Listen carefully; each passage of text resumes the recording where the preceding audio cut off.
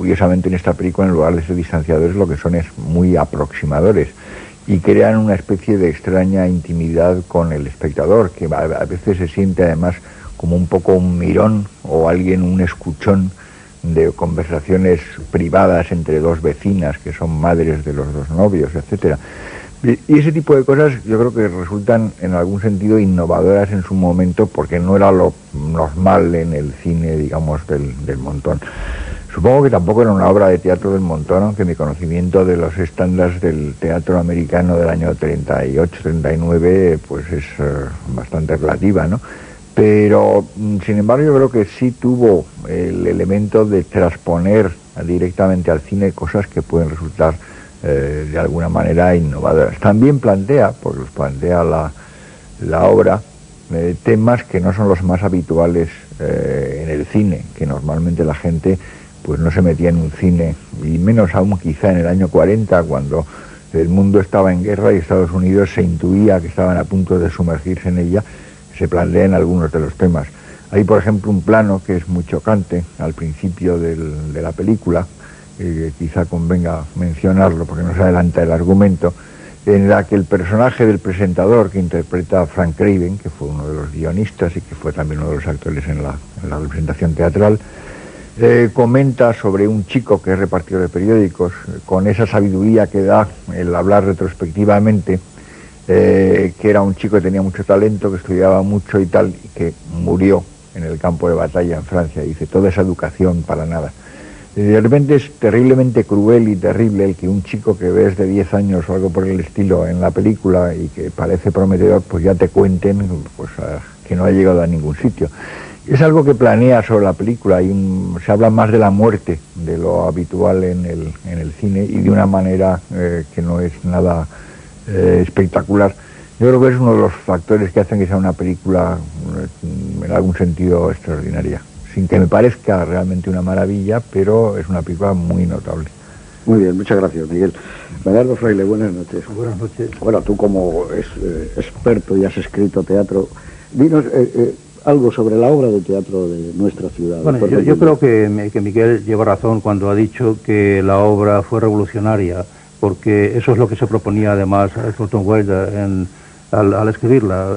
Decía, por ejemplo, que durante un montón de años el autor había aprovechado el escenario para evadirse del público, es decir, ese cajón del escenario para evadirse del público, y que él creía que lo que tenía que pasar en el escenario no era lo de ayer, sino cada día lo de ahora. Y eso es lo que ocurre ahí, porque realmente es una obra no puede ser de cosas más cotidianas, es decir, no, en realidad se podría decir que es casi una copia de la vida misma, aunque con trucos, por supuesto, porque ahí vemos, por ejemplo, una serie de personajes que son habituales en un pueblo pequeño, en un pueblo relativamente pequeño, como es la señora que cotillea, el médico, el director de periódicos, el chico que reparte el periódico también, el que reparte la leche, etcétera, una serie de tipos que son casi tópicos en un pueblo cualquiera pequeño. Pero sin embargo, jamás no hay uno solo que sea malo, no hay un solo malo en la obra, y eso claro es un truco muy, muy curioso, porque parece bastante raro que en un pueblo no haya un malo. Así que la impresión que saca todo el mundo de esta obra es de una comunidad muy bien avenida, maravillosa realmente, donde se vive con mucho respeto hacia la gente, y claro, al final se encuentran con que el tiempo imperceptiblemente ha pasado y está la muerte ahí, una cosa que se va a repetir en cada generación, de ahí está la nostalgia, la belleza, el aire completamente misterioso, a pesar de lo cotidiano que tiene esa obra. Yo recuerdo la puesta en escena en el María Guerrero por los años 40, que la hicieron Huberto Pérez de la Osa y Luis Escobar, y fue realmente extraordinaria. En cierto modo la película, que a mí me gusta, contradice el propósito inicial de Thornton Wilder, porque él quería un escenario casi desnudo, quería que se viera solamente las vidas ahí, las vidas, y el presentador hace el papel un poco de decorado y de acotación. Es decir, el presentador está haciendo un poco el papel que puede hacer un decorado ahí, o las acotaciones de la obra. La obra que se puso en Madrid, creo que así se puso también en América, era con unos armazones de madera, sin paredes, dos casas que eran realmente un esqueleto de casa. Y luego casi lo que funcionaba mayormente en la obra eran los sonidos, la luz, que daban un aire realmente muy emocional a la obra. Casi más que ver el escenario allí, ver exactamente, había cuatro sillas o un par de mesas, ¿no? Pero más que ver exactamente una casa y otra casa. Sin embargo, en la película parece que Thornton Wilder se anima a meter decorado. Hay dos casas reales, hay una escuela, hay también, ¿qué más? Hay un cementerio, por supuesto, hay una calle también, y alguna cosa más, hay la iglesia donde se casan.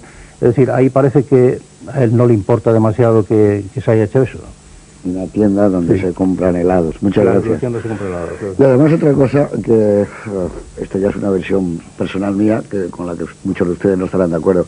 Yo siempre he visto esta película también como una película que pertenece al género del terror, porque la presencia de la muerte no es como en otras películas, sino que la última parte, el último tercio, realmente estamos dentro de un dominio de lo fantasmagórico, de un dominio de lo irreal.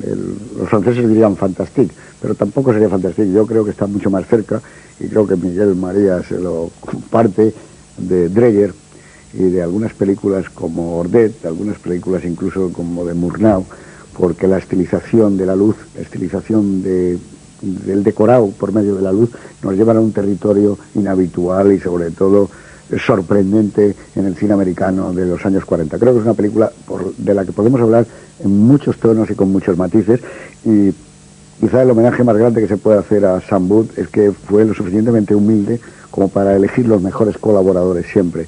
Decía Juan Miguel Lamed lo del fotógrafo. No solo es James Wong Wobe, sino Russell Metty, Lee Garmes, Rudolph Maté, trabajó con los mejores. Cameron Menzies era sin ninguna duda el mejor diseñador de producción. Y el acierto de haber incluido también a Aaron Copland, que me parece que le da, probablemente también Copland, ese aire extraño a esta película, porque es una música que no tiene nada que ver con la que se oía antes. En cualquier caso, es una película que ha marcado varias generaciones y que a mí me parece que puede tener un análisis realmente extraordinario.